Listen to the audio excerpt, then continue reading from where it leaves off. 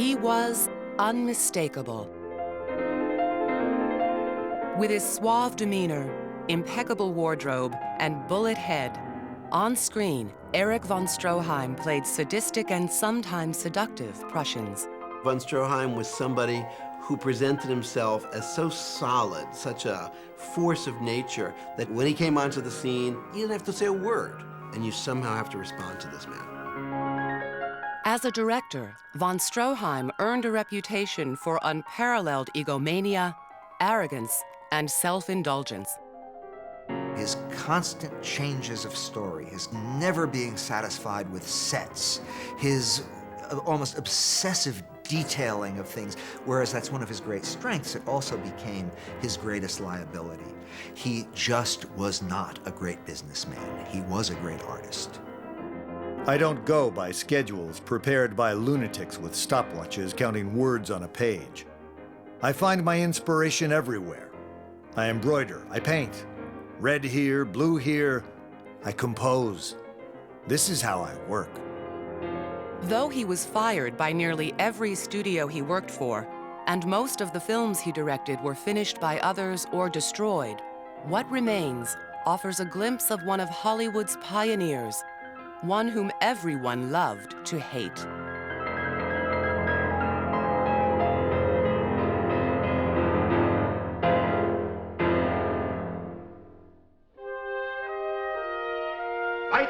Few movie moments are as well known as the last scene from 1950's Sunset Boulevard.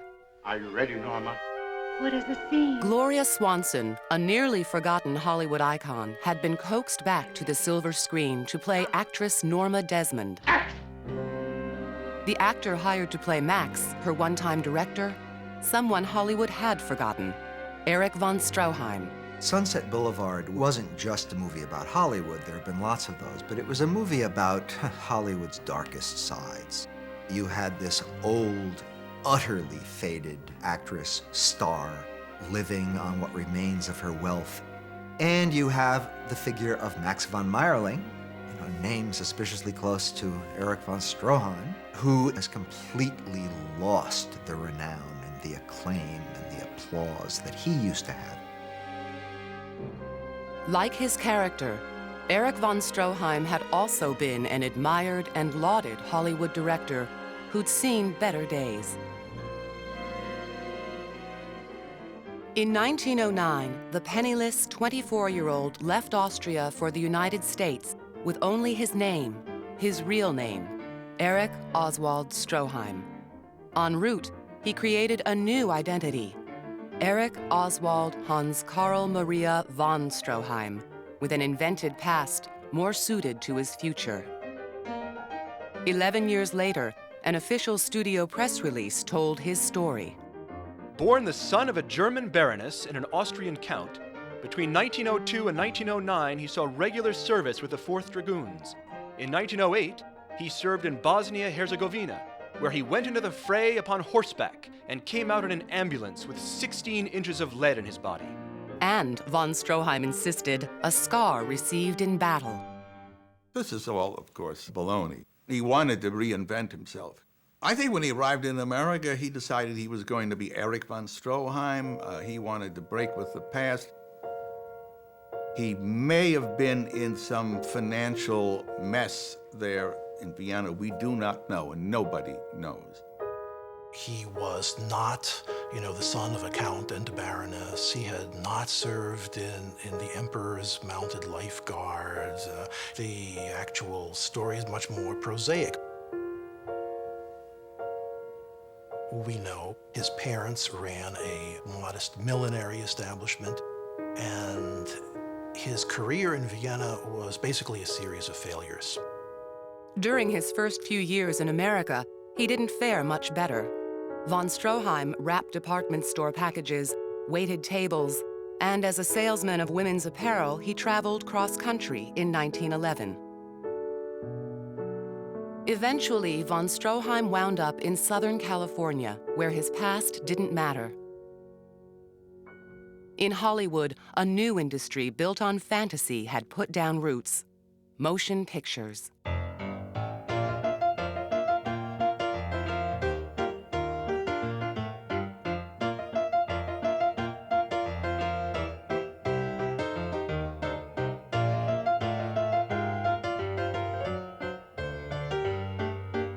Von Stroheim got involved in the movie business around the middle of the 19-teens. Before then, the American movie industry had been based in New York, both business and production. One of the pioneers to make that move was producer and director D.W. Griffith. Griffith, then at the height of his career, was in production on two epic-length films, The Birth of a Nation and Intolerance, creating a huge demand for labor.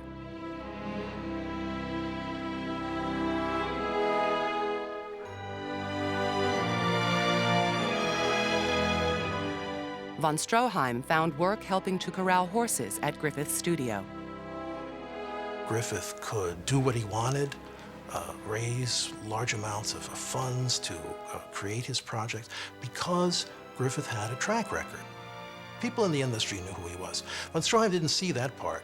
He just sees this man getting thousands of people to say, you run over this side, you guys are fighting over here.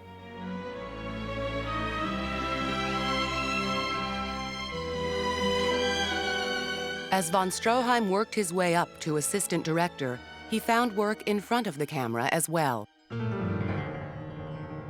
First as an extra, and then as supporting actor. Over a 2-year period, von Stroheim appeared in several films.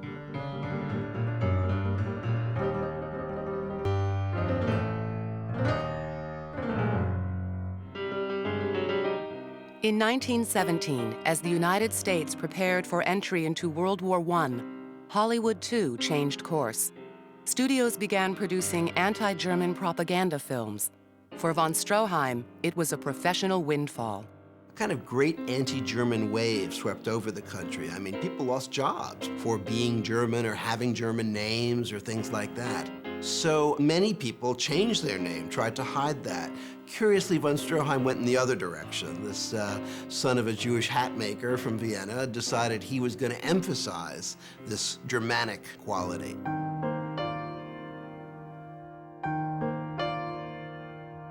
If anybody could wear a monocle, it was von Stroheim. It's like he was born to it. You move it around, you take it out, you polish it, you hook it in again, and he's constantly working to do business. When he's on the screen, he wants you to watch him. And the heads of the studios were doing just that. Von Stroheim's first starring role came in 1918. Audiences found his performance in The Heart of Humanity both mesmerizing and appalling. He establishes this image of a villain who, is not just, here comes this awful person, look at these bad things he's doing, but wow, that guy is fascinating. Look at him. What is he doing on screen? What's he doing with that woman? One scene in particular is still shocking.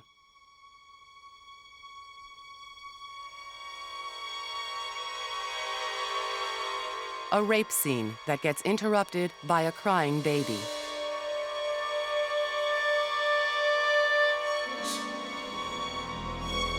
Who finally takes the baby, picks the baby up out the window, throws this baby out the window.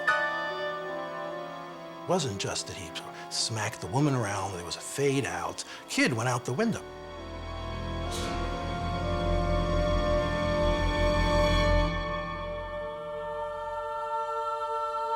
He was cold, he was robotic, he was cruel, completely uncaring.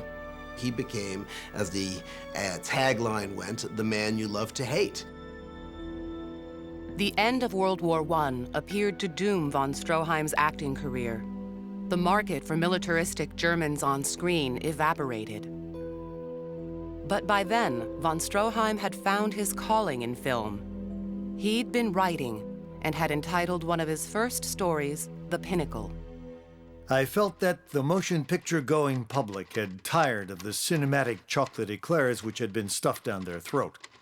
I felt they were ready for a large dose of corned beef and cabbage. I had graduated from the D.W. Griffith School of Filmmaking and intended to go the master one better. Von Stroheim, however, was not D.W. Griffith. He had no money and no track record.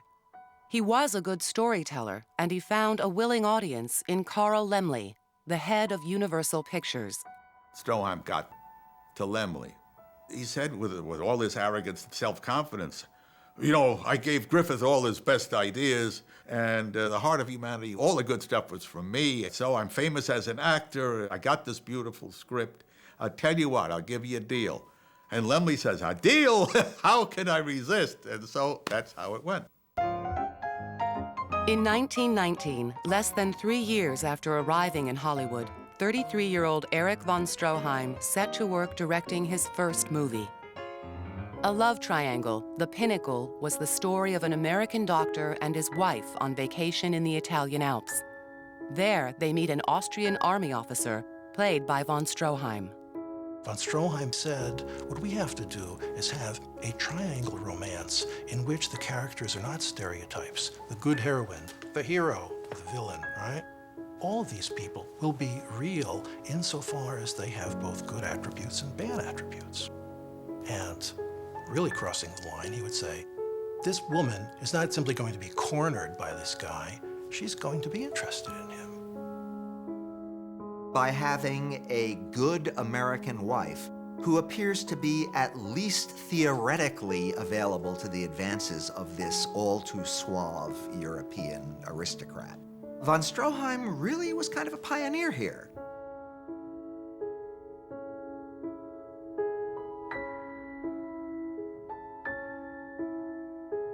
The end of the movie shows the physician and his wife leaving town. We know that their relationship has been changed in some way. Not in a bad way, but probably deepened. They probably know each other, and they probably know themselves better than they did before. And that's very sophisticated movie making, and it's not ending the movie on a note of high triumph. It's ending it on a note of psychological realism. I think it's very impressive for a first film.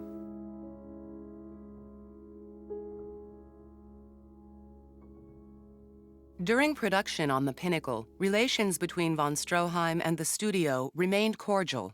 That is, until he found out that Universal intended to rename his film Blind Husbands.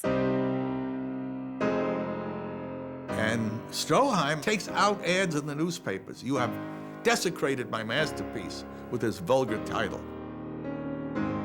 The Pinnacle was the child of my heart. But now Mr. Laemmle is about to change the title to Blind Husbands. Can you imagine it? The Pinnacle, a title that meant everything to the man who created it, tossed away for a name in which there is no sense of the artistic. So right away, I mean, he was arrogant about it. This is my artwork. Don't you mess with it. There ain't no humble pie in Erich von Stroheim. Not at all. Von Stroheim, however, didn't quarrel with the reviews. The critics raved. If we are not very much mistaken, Blind Husbands will introduce to the industry a new super director, Erich von Stroheim. His work is quite in a class by itself. Blind Husbands' success led to a more lucrative contract with Universal. Von Stroheim would write, direct, and star in the melodrama Foolish Wives. In the film, he and two female accomplices live in Monte Carlo and pose as members of the Russian nobility. Of course, it's a complete sham. He basically is a con man trying to fool innocents vacationing in Monte Carlo into giving him money in various ways. Taking a page from his mentor, D.W. Griffith, von Stroheim ordered lavish and spectacular sets built. They included an enormous replica of a casino and plaza. And Stroheim famously got involved in what could be called profligacies, although he saw them as absolutely necessary, such as having real plate glass in the windows so that they would reflect things that the camera couldn't show because they were behind the camera. This is an attention to creating a sense of the real that is very uncommon in movies of that age. As the producer said, why can't you just use blackberry jam? Why do you have to buy caviar? Why don't we just give them ginger ale? Why must it be champagne? And he said, well, my cast will know it, and I will know it, and the camera will know it. Nice, but I don't think so. Universal's Carl Laemmle looked on apprehensively as the budget for Foolish Wives ballooned, and he assigned his young protege to keep an eye on von Stroheim. His name was Irving Thalberg. Irving Thalberg sees this movie progressing. Foolish Wives, they're building gigantic sets. There are costs mounting. Thalberg is saying, I've got to get hand of this picture somehow. We're just going to tell him it's enough. We're stopping the picture. You're off the picture. I'll bring in somebody else to finish the picture. And Stroheim said, who's this young pup? I'm not listening to him. The hell with him. I do what I want. And he can't fire me because I'm the leading man. Fire me, the film is over. So he had him there by the reels. Von Stroheim had won his first battle with Thalberg. The war, however, was far from over. While all this has been going on, Universal, on the one hand, complaining about the cost, but on the other, bragging about it. Times Square, they have a sign that says, Foolish Wives, and they would change the amount of the money. $759,000, then they change it, $802,000. And finally it went over $1 million. So von Stroheim, who previously had been kind of stuck with the label, well, he's the man you love to hate, now he's the profligate genius. Foolish Wives proved too expensive to turn a profit, and Universal wouldn't let von Stroheim go that far again. They'd allow him to write and direct his next film, Merry-Go-Round, but not star. Von Stroheim promised he'd deliver the film on time and on budget. He would do neither. Money began flying out. We need a streetcar. Can't just be a Los Angeles streetcar, has to be a Viennese streetcar. The Emperor drives up in one scene. Von Stroheim had Universal buy Emperor Franz Josef's carriage from Vienna, ship it to Hollywood. Universal continued to foot von Stroheim's extravagant bills for 6 weeks during the fall of 1922. Then, Irving Thalberg pulled von Stroheim off Merry-Go-Round. The idea that you could fire someone off his own picture, it would be like, firing Picasso off one of his own paintings. To do this to von Stroheim seemed to indicate that the whole industry was going to blow in another direction. As one person put it, the age of the director in Hollywood was over.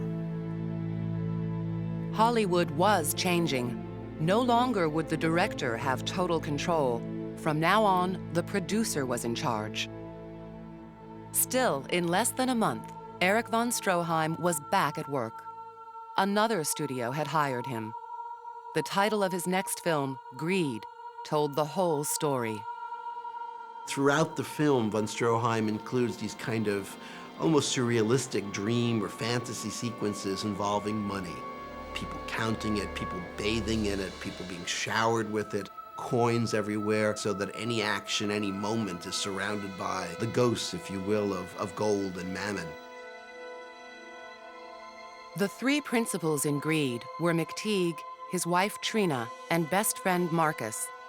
Over the course of the film, all are corrupted by avarice and obsession after Trina wins a lottery. And von Stroheim shows the eventual kind of demise of all these characters. There's a murder plot involved, and finally, an extraordinary scene that was shot out in Death Valley, where McTeague and Marcus find themselves in a final confrontation that was shot supposedly in 120-degree heat. And they have a fight to the death.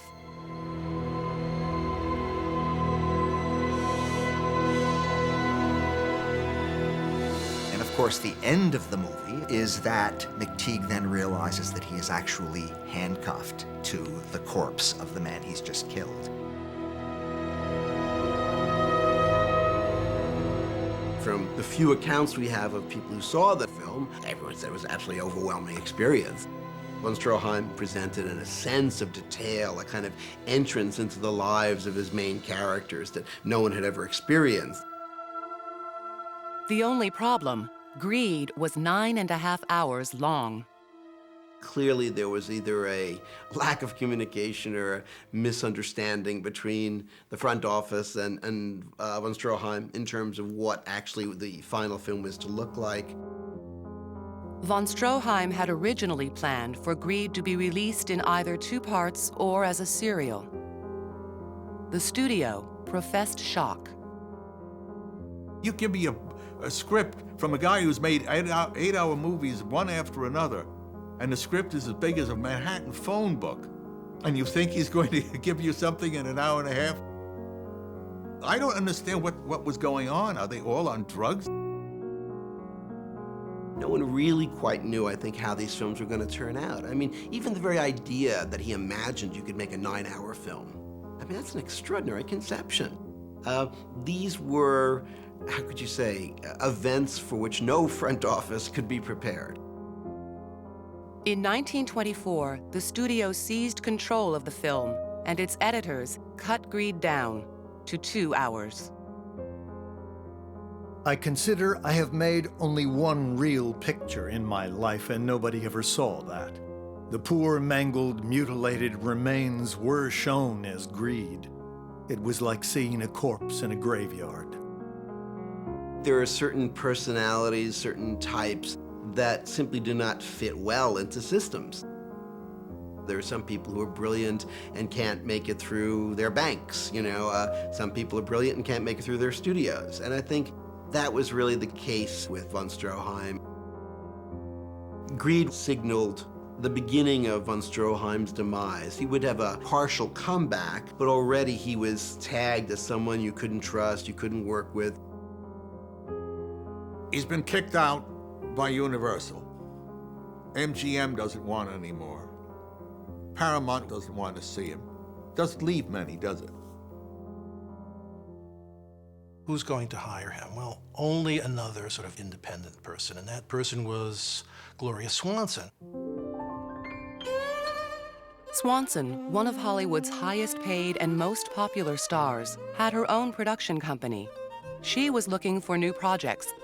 Von Stroheim had written one, Queen Kelly. Production on the film began well enough.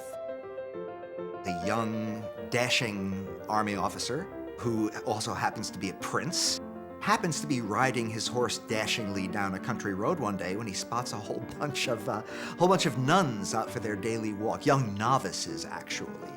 And he stops to talk to them. And he notices that one of them, for some reason, her panties are down around her ankles.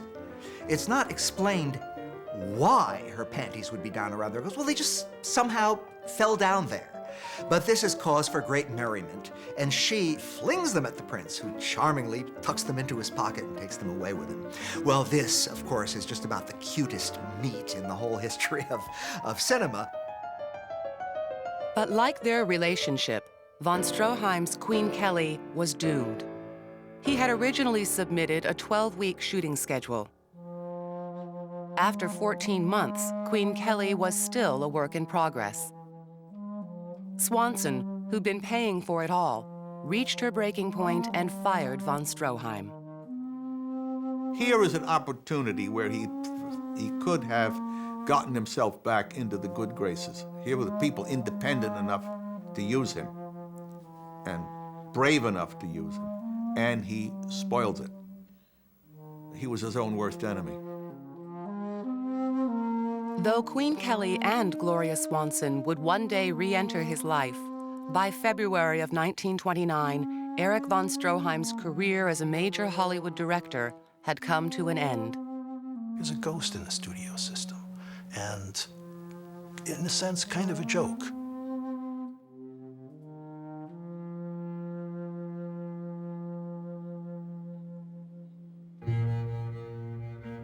Do you know we've been together just 2 years today? 2 years too much.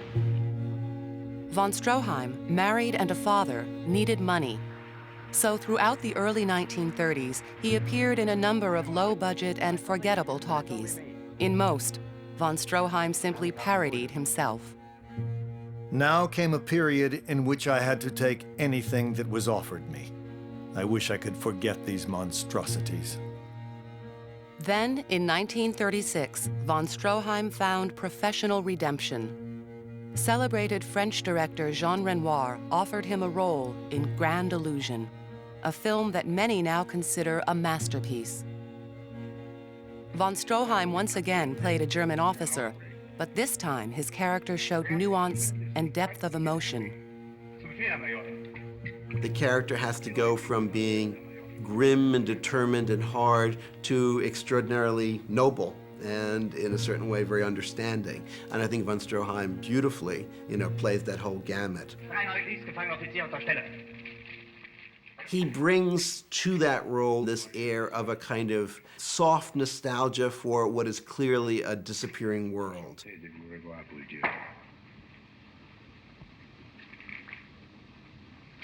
Je suis désolé de vous voir ici. Nous aussi. Oui. Oui. Prenez place, monsieur. Non, merci, mon commandant. À votre aise.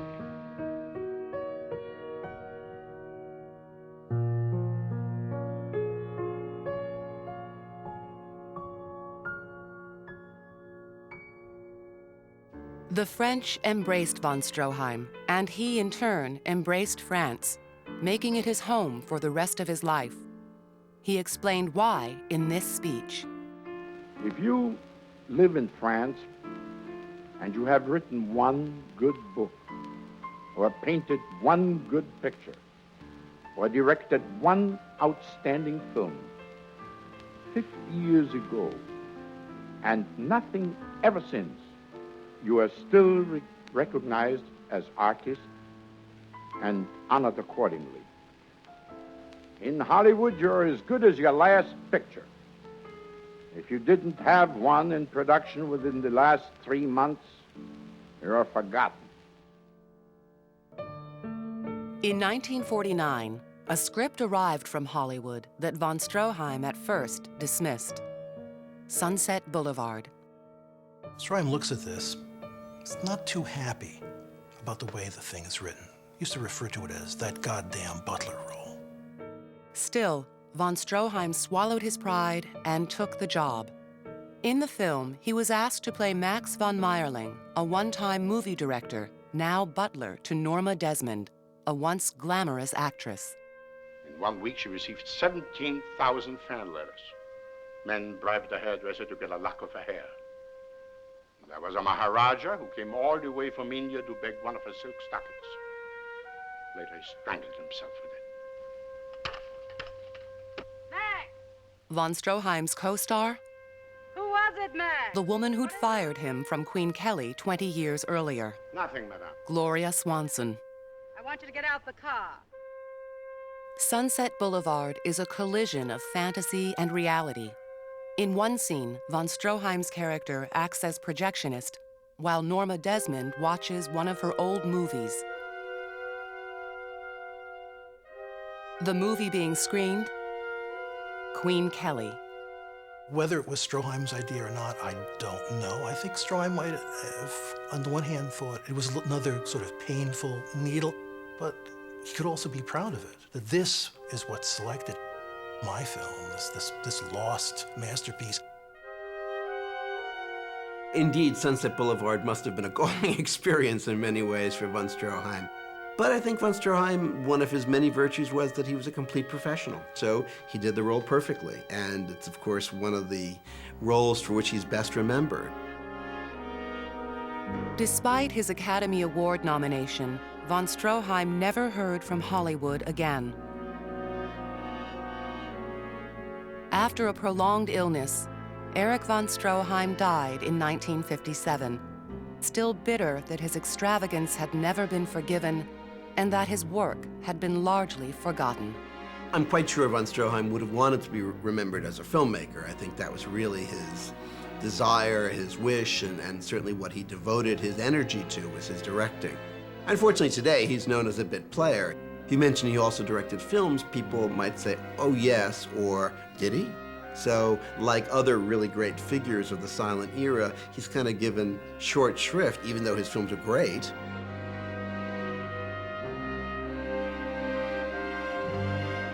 There's something about von Stroheim's work that, especially I think in the context, seems adult. I don't think he was making films for the Saturday matinee audience. He simply presumed there was an audience looking for something that would be a little more serious, a little more difficult, a little more complex, and he made films for that audience.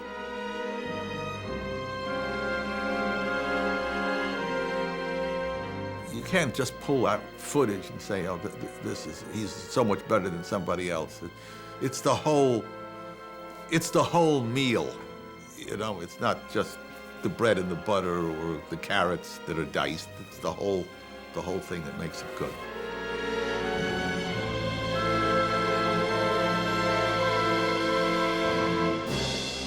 I recognized that I had my faults and made my mistakes. There is just one thing I would like to say.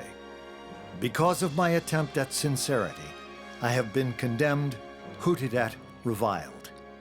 I recognized a great desire in the minds of the American people for knowledge of life as it is. I tried to give it to them, my own way.